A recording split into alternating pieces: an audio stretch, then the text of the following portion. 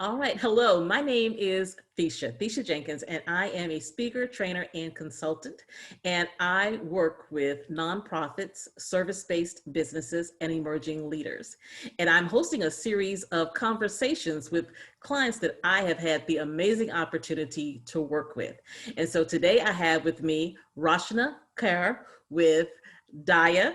And so I'm going to turn it over to Rachna to talk a little bit about the work that I had the opportunity to do with Daya.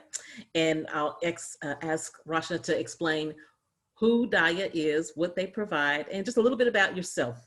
Yeah, perfect. Well, it's wonderful to be here and share the amazing work that we did together.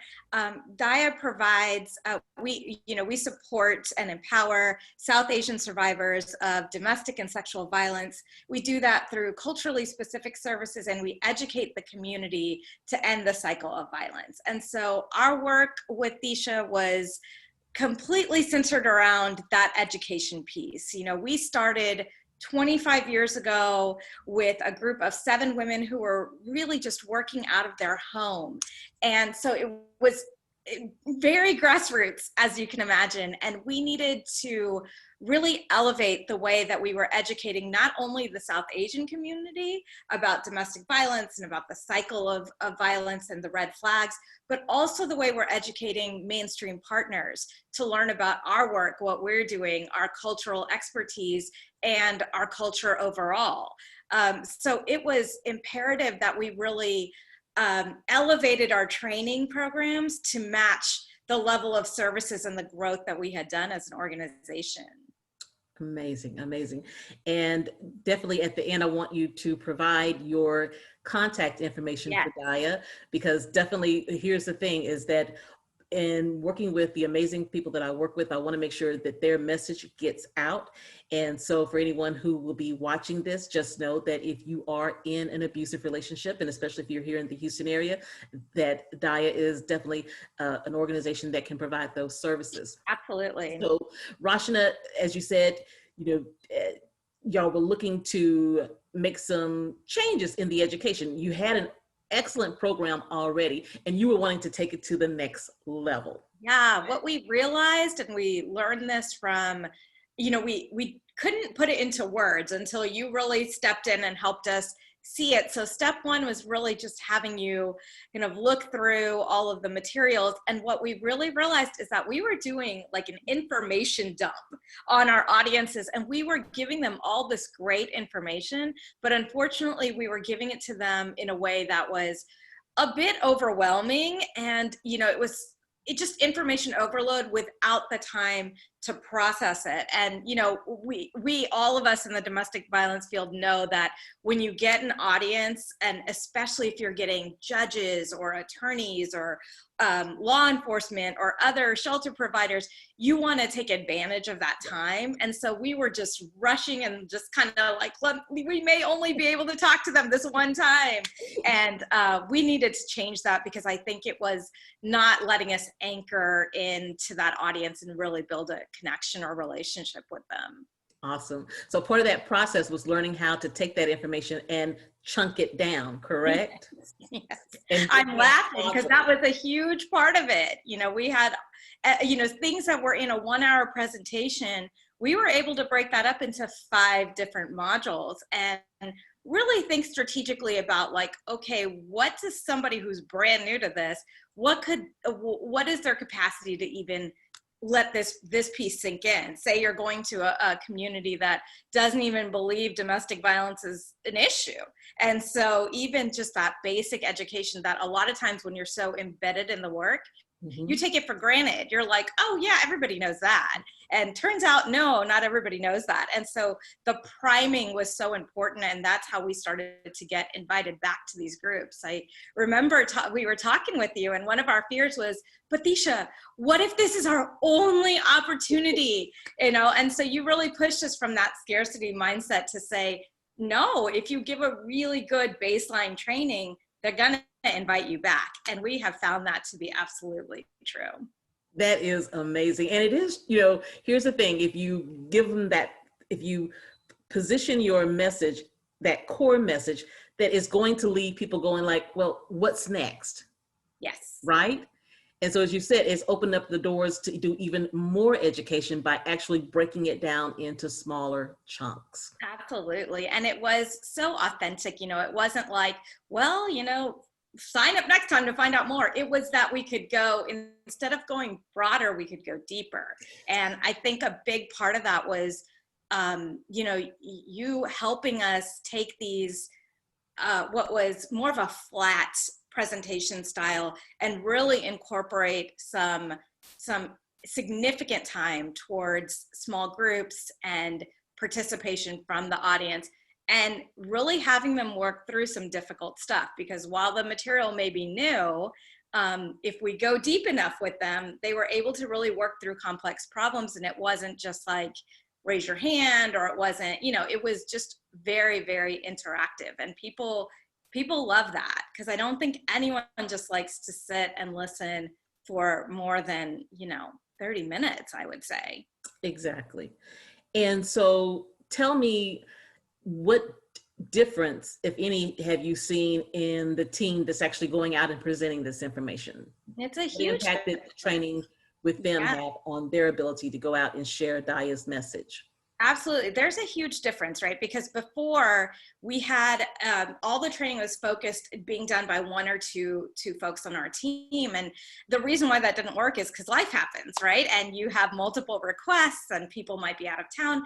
But what you did was really help us structure this into modules, right? And the idea of this modular training is we could break it down into 5 sections. And those 5 sections, pieces of them can be intermixed together to create new presentations that are completely customized for whatever audience we're speaking to. So we may have module 1 through 5, but when we're speaking to a faith leader, we may take slides 1 through 4 from module 1, mix them with slides 2 and 3 from module 3, and do the little mixing and matching to create exactly what people are looking for. So the difference that's been made is there's a lot less stress on the staff doing these trainings, because they're not starting from scratch. They have like all these ingredients that they can pull in to make, whatever beautiful training sandwich that they want to make, and add some cheese and take off the bacon and all of those things, right?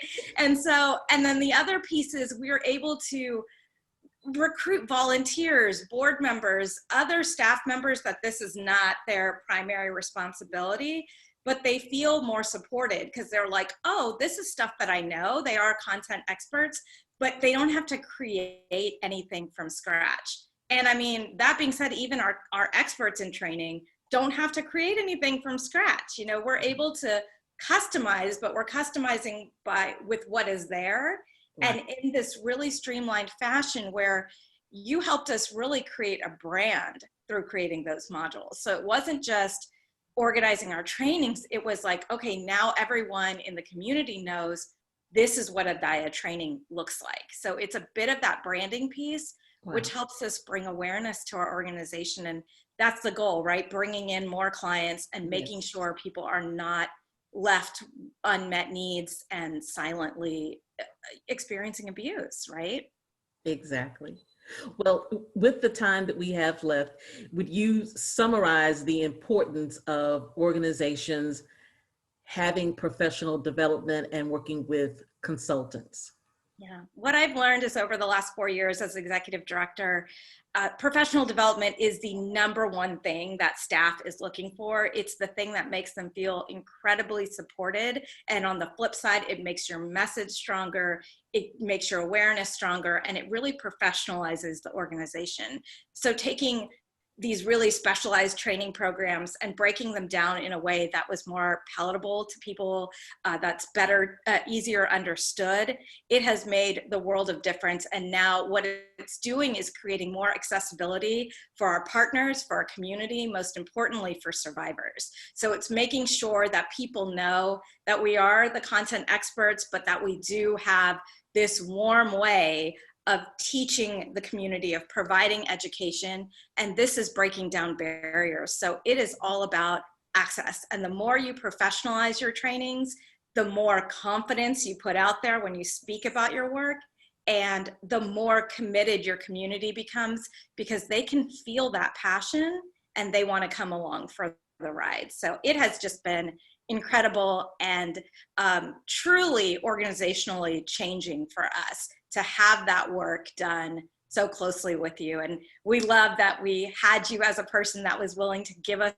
that compassionate criticism back and that feedback. And if you can't hear it from your friends, who are you going to hear it from? And so we just loved working with you, and it has changed the way that we do outreach and training.